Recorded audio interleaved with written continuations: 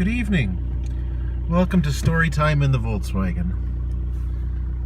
We're just sitting here at idle, 8 o'clock at night.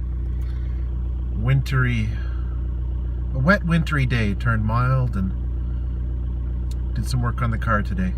All that steam you're seeing there, excuse me, is, don't worry, that's just coolant burning off of the engine. You see, I just changed the thermostat. So, went to the store, came back, and now I'm just letting it idle for a bit to get nice and hot. There we go, 87 degrees Celsius. Gee, almost reads the same as the idiot gauge on the dashboard. They call it the idiot gauge because the gauge is dumbed down. Always reads 90, even though there's wild fluctuations over there. Anyway, it's getting kind of smoky out there. I don't know if you can see it. Well, I've got I should try to defog this window. Oh, so much heat. Even at idle. I'll turn on the defogger, see if that makes a difference. No air conditioning to help out, but that's another story for another night. Anyway. We're not going anywhere.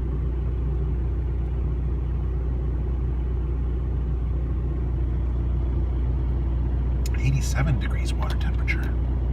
Oh, that's good beer.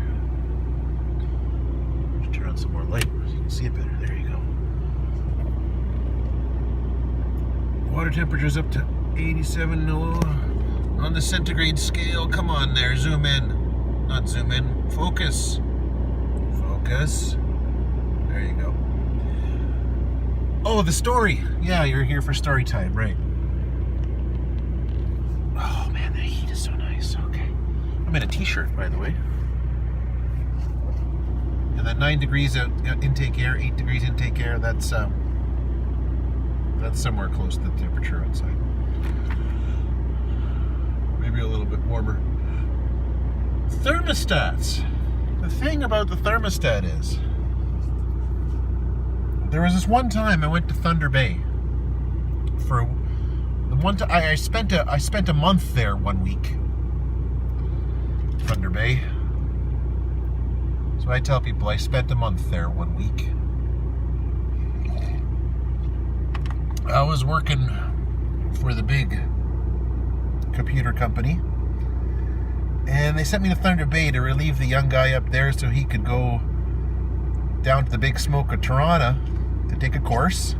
And I thought, that's fine. I'd never been to Thunder Bay, and I've been on lots of courses in Toronto. You should get to take a course too. Lovely young man, can't remember his name. But he had a company van. It's a Ford Windstar or Windburger or Star Wind something. I don't know. It was early 2000s there. And it was already an old van. Thunder Bay, dead of winter. The van won't make heat unless you're going uphill. Imagine. I mean, the thermostat was reading over in the low end of the scale, and unless you're going uphill, it won't make heat. And it's cold and miserable outside. Just miserable outside. And I don't have proper footwear. Can't show you my footwear right now. I'm wearing running shoes right now. I've just got my dress shoes because I'm working for the big computer company.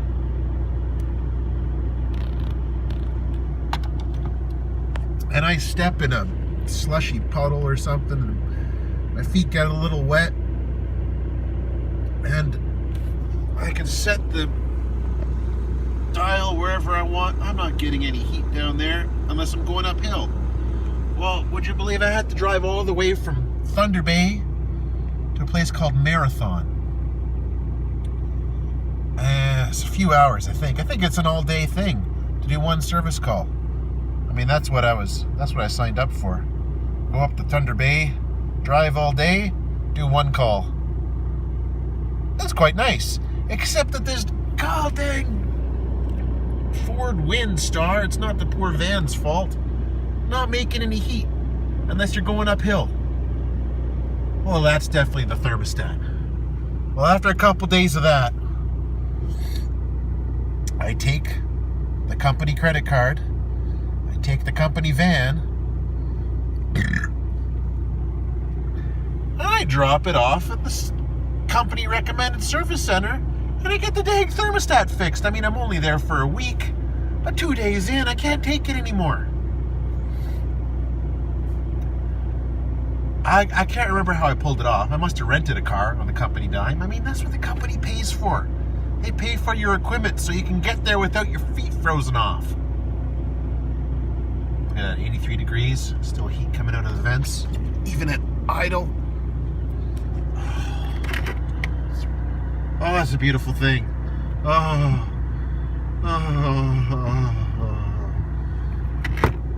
Okay. So anyway, somehow I pull it off. I must have rented a car that one day. And then, I get it back the next day. Thermostat replaced. I mean, I'm on call day and night. I'm pretty sure I got a rental car. Went back, traded in the rental car. Enterprise rental car. Hey, you call them up and you say, they always answer the same way. They say, Enterprise rental car, we'll pick you up. That's their tagline. Enterprise rental car, we'll pick you up. So what I always say is, when they answer the phone, they always say, Enterprise rental car, we'll pick you up. So I say,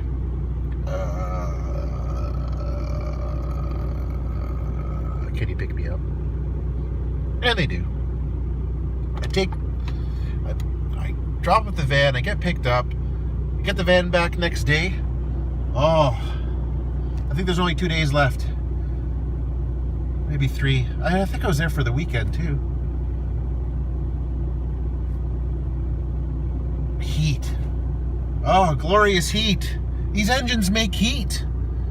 You just gotta maintain them. You gotta do the maintenance. So I think I sent him a text message. I don't know if he had text messages back then, early 2000s. Maybe I called him on the actual god dang telephone and said, hey, I parked your van back in your driveway. I think I took take a cab to the airport? And, yeah, I fixed your thermostat. You got heat now.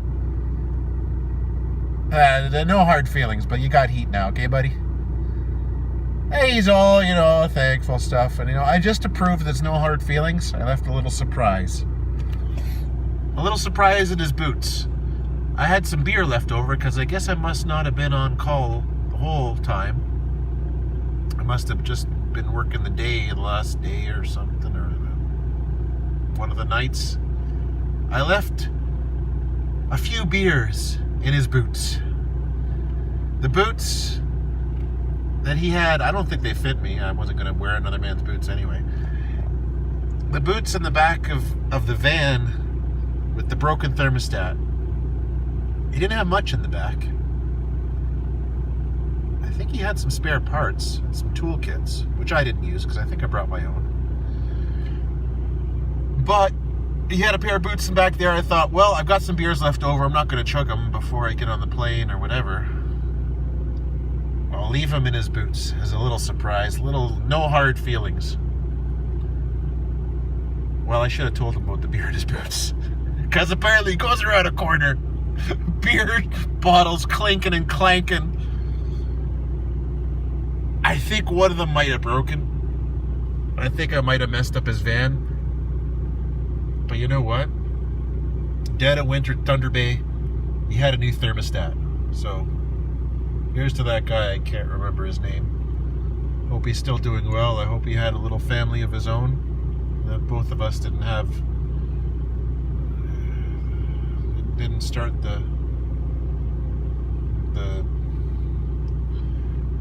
family thing before.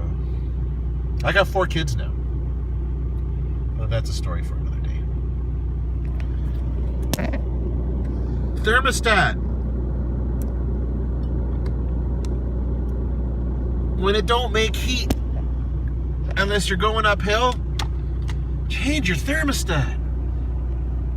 Nobody's gonna change it for you. Well, unless I borrow your van. Anyway, that's tonight's story. Thanks for listening.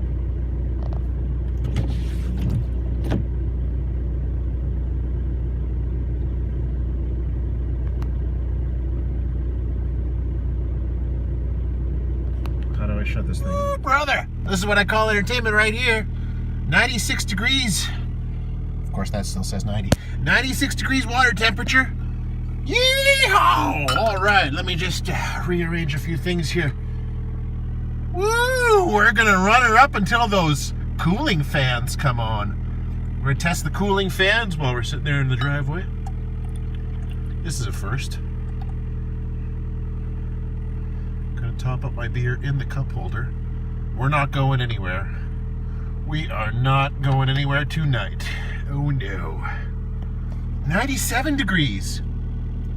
Woo, those cooling fans are gonna come on any second. Better pop the hood there.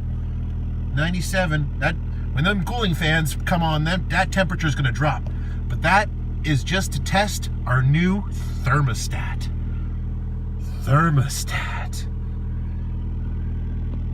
It holds the heat in the engine block and keeps the heat from going out to the radiator. What a freaking concept! That way I can use the heat in the cabin if I like. Or you can use the heat to friggin' run the internal combustion engine. Because when you think about it, internal combustion needs heat. Excuse me, especially a diesel engine, which runs on 98. Woo-hoo-hoo-hoo-hoo! This is getting exciting, oh my goodness.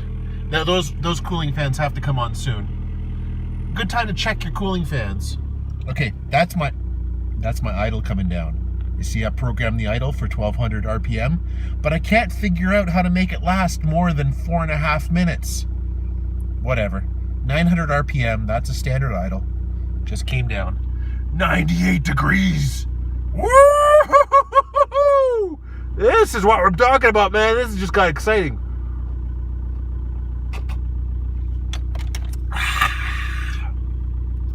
I better pop the hood and get the light and make sure those cooling fans come on. Beautiful thing is, when the cooling fans come on, they're gonna blow right directly on all of that spilled coolant that I spilled when I was changing the thermostat. Now I say spilled, but I didn't really spill it.